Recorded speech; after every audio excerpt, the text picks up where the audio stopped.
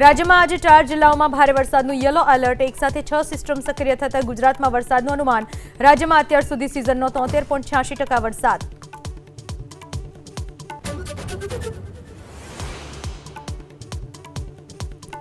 સુરતના બારડોલીમાં લાંબા વિરામ બાદ ધોધમાર વરસાદ. દક્ષિણ ગુજરાત ઝોનમાં અત્યાર સુધી સિઝનનો સરેરાશ 100%થી વધુ વરસાદ.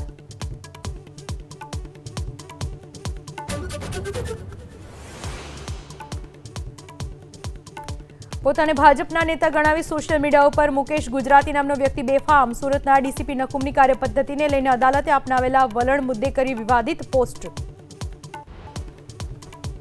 રાજ્યમાં આજે 4 જિલ્લાઓમાં ભારે વરસાદનું યલો એલર્ટ. એક સાથે 6 સિસ્ટમ સક્રિય થતા ગુજરાતમાં વરસાદનું અનુમાન. રાજ્યમાં અત્યાર સુધી સિઝનનો 73.86% વરસાદ.